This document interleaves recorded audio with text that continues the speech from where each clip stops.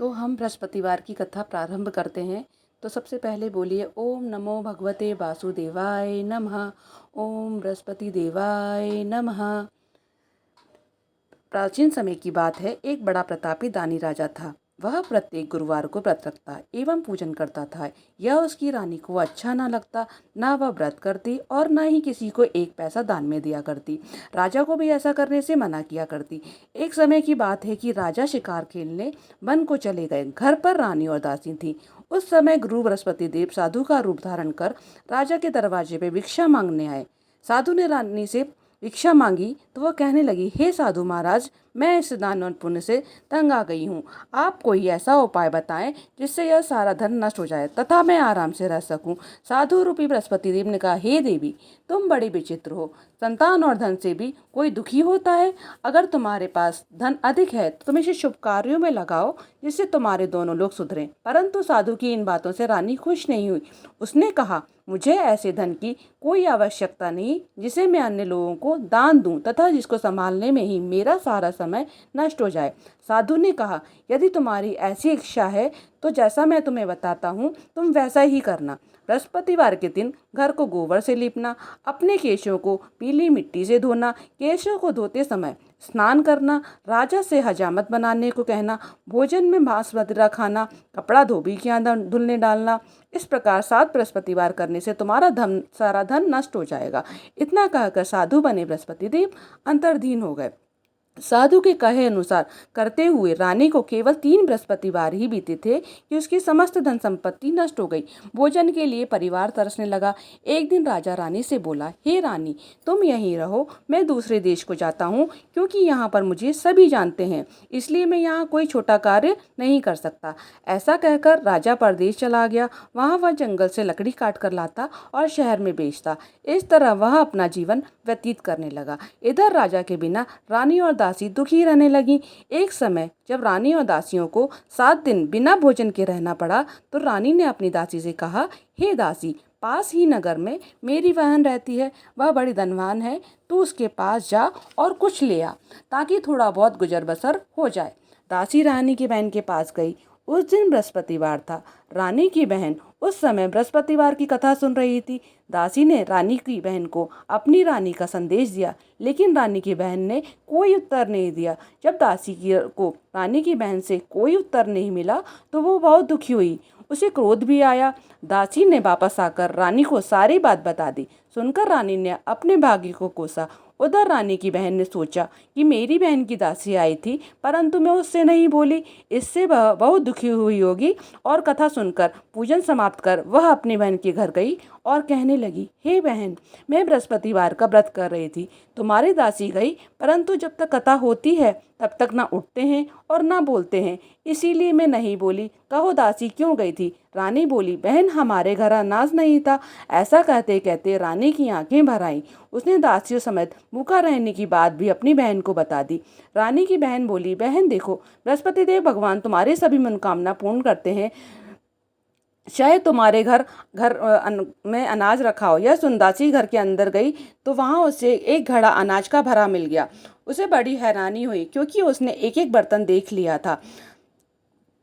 उसने बाहर आकर रानी को बताया। दासी रानी से कहने लगी, हे रानी, जब हमको अन्न नहीं मिलता तो हम व्रत ही तो करते हैं, इसीलिए क्यों ना इनसे व्रत और कथा की विधि पूछ ली जाए, हम भी व्रत क्या करेंगे। दासी के कहने पर रानी ने अपनी बहन से बृहस्पतिवार के व्रत के बारे में पूछा। उसकी बहन ने बताया, बृहस्पतिवार के व्रत में चने की दाल और मुनक्का से विष्णु भगवान का केले की जड़ में पूजन करें तथा दीपक जलाएं, पीला भोजन करें तथा कथा सुने। इससे गुरु भगवान बृहस्पति देव प्रसन्न होते हैं, मनोकामना पूर्ण करते हैं। व्रत और पूजन की विधि बताकर रानी की बहन अपने घर लौट आई। रानी और दासी दोनों ने निश्चय किया कि बृहस्पति देव भगवान का पूजन जरूर करेंगे।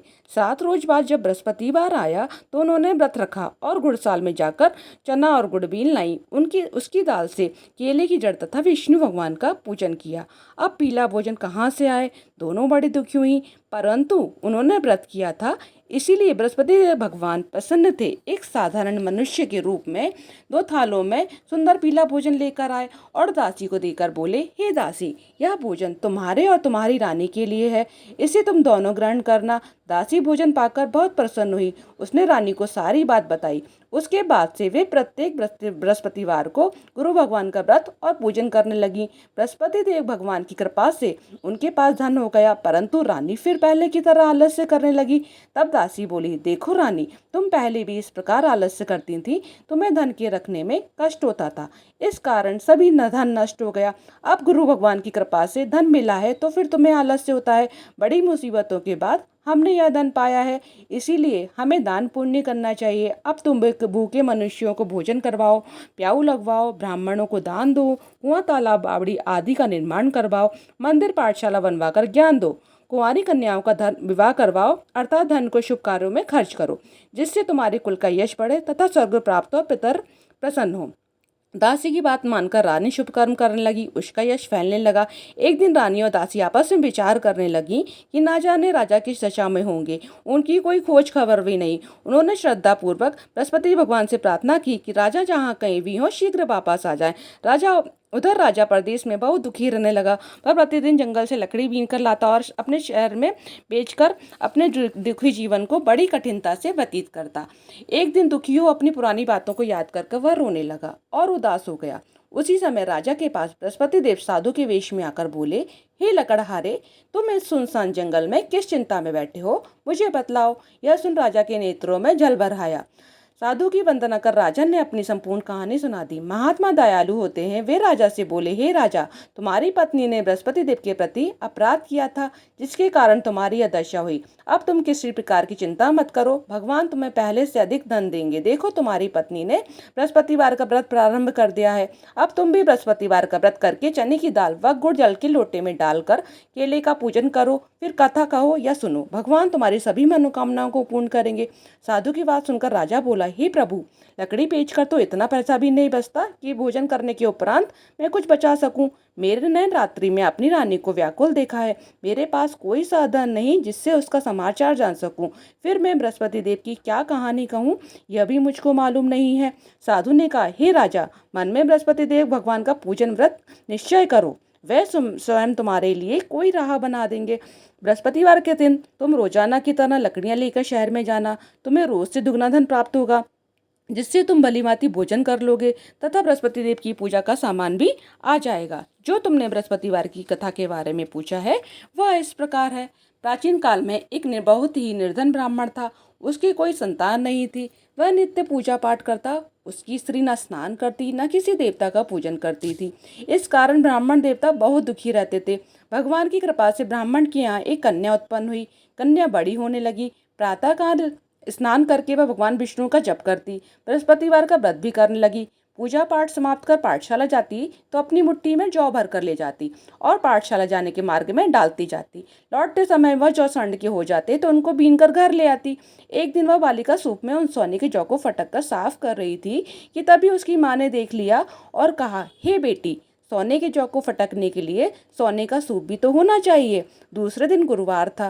कन्या ने व्रत रखा और बृहस्पति देव से सोने का सूप देने की प्रार्थना की। बृहस्पति देव ने उसकी प्रार्थना स्वीकार कर ली। रोजाना की तरह वह कन्या जौ फैलाती हुई पाठशाला चली गई। पाठशाला से लौटकर जब वो जौ बीन रही थी तो बृहस्पति देव की कृपा से उसे सोने का सूप मिला। उसे वह घर ले आई और उससे जौ साफ करने लगी, परंतु उसकी माँ का वही ढंग रहा। एक दिन की बात है, कन्या सोने के सूप में जब जौ साफ कर रही थी, उस समय उस नगर का राजकुमार वहां से निकला। कन्या के रूप को देखकर वह उस पर मोहित हो गया। राजमहल आकर वह भोजन तथा जल त्याग कर उदास होकर लेट गया। राजा को जब राजकुमार द्वारा अन्न जल त्यागने का समाचार ज्ञात हुआ तो अपने मंत्रियों के साथ वह अपने पुत्र के पास गया और कारण पूछा। राजकुमार ने राजा को उस लड़की के घर का पता भी बता दिया। मंत्री उस लड़की के घर गया। मंत्री ने ब्राह्मण के समक्ष राजा की ओर से निवेदन किया। कुछ ही दिन बाद ब्राह्मण की कन्या का विवाह राजकुमार के साथ संपन्न हो गया। कन्या के घर से जाते ही ब्राह्मण के घर में पहले की भांति गरीबी का निवास हो गया। एक दिन दुखी होकर ब्राह्मण अपनी पुत्री से मिलने गए। बेटी ने पिता की अवस्था को देखा और अपनी माँ का समाचार पूछा। ब्राह्मण ने सभी हाल का सुनाया। कन्या ने बहुत सा धन देकर अपने पिता को विदा कर दिया। लेकिन कुछ दिन बाद फिर वही हाल हो गया। ब्राह्मण फिर अपनी कन्या के यहाँ गया और सभी हाल कहा तो पुत्री बोली, हे पिताजी, आप माताजी को यहाँ लिवा लाओ, मैं उन्हें वह विधि बता दूंगी जिससे गरीबी दूर हो जाए। ब्राह्मण देवता अपनी स्त्री को साथ लेकर अपनी पुत्री के पास राजमहल पहुँचे तो पुत्री अपनी माँ को समझाने लगी, हे माँ, तुम प्रातः काल स्नानादि करके विष्णु भगवान का पूजन करो तो सब दरिद्रता दूर हो जाएगी। परंतु उसकी माँ ने उसकी एक भी बात नहीं मानी। वह प्रातः काल उठकर अपनी पुत्री का बचा जूठन खा लेती थी। एक दिन उसकी पुत्री को बहुत गुस्सा आया। उसने अपनी माँ को एक कोठरी में बंद कर दिया। प्रातः उसे स्नानादि करा के पूजा पाठ करवाया तो उसकी माँ की बुद्धि ठीक हो गई। इसके बाद से वह नियम से पूजा पाठ करने लगी और प्रत्येक बृहस्पतिवार को व्रत रखने लगी। इस व्रत के प्रभाव से मृत्यु के बाद वह स्वर्ग को गई। वह ब्राह्मण भी सुखपूर्वक इस लोक का सुख भोग कर स्वर्ग को प्राप्त हुआ। इस तरह कहानी कहकर साधु देवता वहां से लोप हो गए और धीरे धीरे समय व्यतीत होने पर फिर बृहस्पतिवार का दिन आया। राजा जंगल से लकड़ी काटकर शहर में बेचने गया। उसे उस दिन और दिनों से अधिक धन मिला। राजा ने चना गुड़ आदि लाकर बृहस्पतिवार का व्रत किया। उस दिन से उसके सभी कलेश दूर हो गए। परंतु अगले गुरुवार का दिन जब आया तो वह बृहस्पतिवार का व्रत करना भूल गया। इस कारण बृहस्पति देव भगवान नाराज हो गए। उस दिन उस नगर के राजा ने विशाल यज्ञ का आयोजन किया था। अपने समस्त राज्य में घोषणा करवा दी कि सभी मेरे यहाँ भोजन करने आवे, किसी के घर चूल्हा ना जले। इस आज्ञा को जो ना मानेगा उसको फांसी दे दी जाएगी। राजा की आज्ञा अनुसार राज्य के सभी वासी राजा के भोज में सम्मिलित हुए। लेकिन लकड़हारा कुछ देर से पहुंचा, इसलिए राजा उसको अपने साथ महल में ले गए। जब राजा लकड़हारे को भोजन करा रहे थे तो रानी की दृष्टि उस खूंटी पर पड़ी जिस पर उसका हार लटका हुआ था। उसे हार खूंटी पर लटका हुआ दिखाई नहीं दिया। रानी को निश्चय हो गया कि मेरा हार इसी लकड़हारे ने चुरा लिया है और उसी समय सैनिक बुलवाकर उसको जेल में डलवा दिया। लकड़हारा जेल में विचार करने लगा कि न जाने कौन से पूर्व जन्म के कर्म से मुझे यह दुख प्राप्त हुआ और जंगल में मिले साधु को याद करने लगा। तत्काल बृहस्पति देव साधु के रूप में प्रकट हो गए और कहने लगे, अरे मूर्ख, तूने बृहस्पति देवता की कथा नहीं की, इसी कारण तुझे दुख प्राप्त हुआ है। अब चिंता मत कर, बृहस्पतिवार के दिन जेल खाने के दरवाजे पे तुझे 4 पैसे पड़े मिलेंगे, तो उनसे तू बृहस्पति देव की पूजा करना तो तेरे सभी कष्ट दूर हो जाएंगे। अगले बृहस्पति देव बार उसे जेल के द्वार पर 4 पैसे मिले। राजा ने पूजा का सामान मंगवाकर कथा कही और प्रसाद बांटा।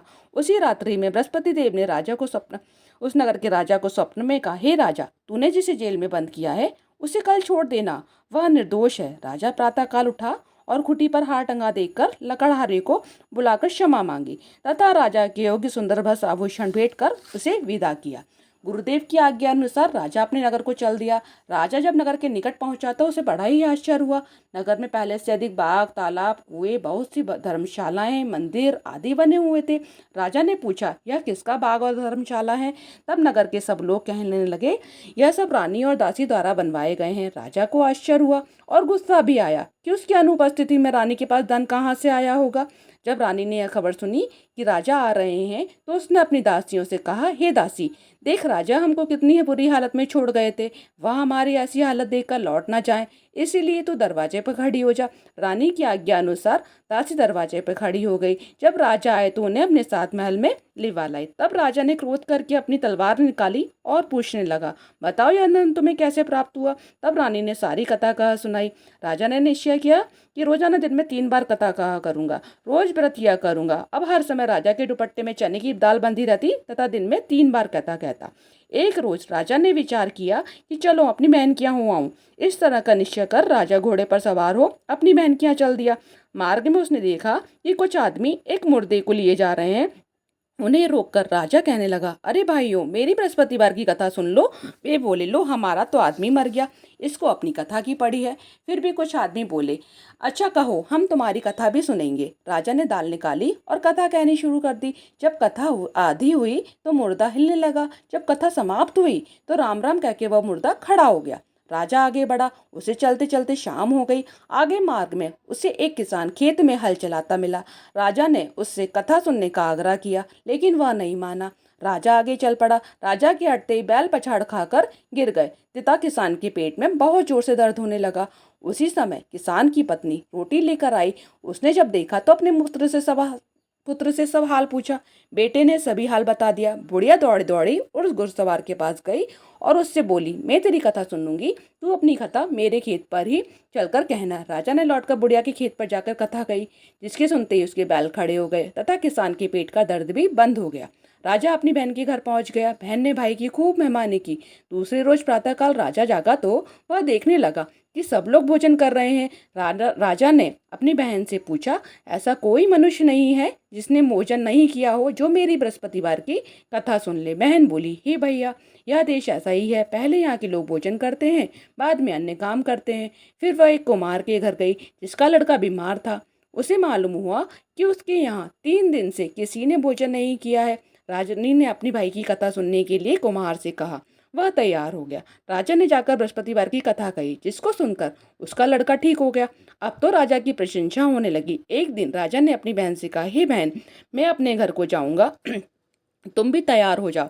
राजा की बहन ने अपनी सास से अपने भाई के साथ जाने की आज्ञा मांगी। सास बोली, चली जा, परंतु अपने लड़कों को मत लेके जाना, क्योंकि तेरे भाई की कोई संतान नहीं होती है। बहन ने अपने भाई से कहा, हे भैया, मैं तो चलूंगी, परंतु कोई बालक नहीं जाएगा। अपनी बहन को भी छोड़कर दुखी मन से राजा अपने नगर को लौट आया। राजा ने अपनी रानी से सारी कथा बताई और बिना भोजन किए वह सैया पर लेट गया। रानी बोली, हे प्रभु, बृहस्पति देव ने हमको सब कुछ दिया है, वे हमें संतान भी अवश्य देंगे। उसी रात बृहस्पति देव ने राजा को स्वप्न में कहा, हे राजा, उठ, सभी सोच त्याग दे, तेरी रानी गर्भवती है। राजा को यह जानकर बड़ी खुशी हुई। 9वें महीने रानी के गर्भ से एक सुंदर पुत्र हुआ।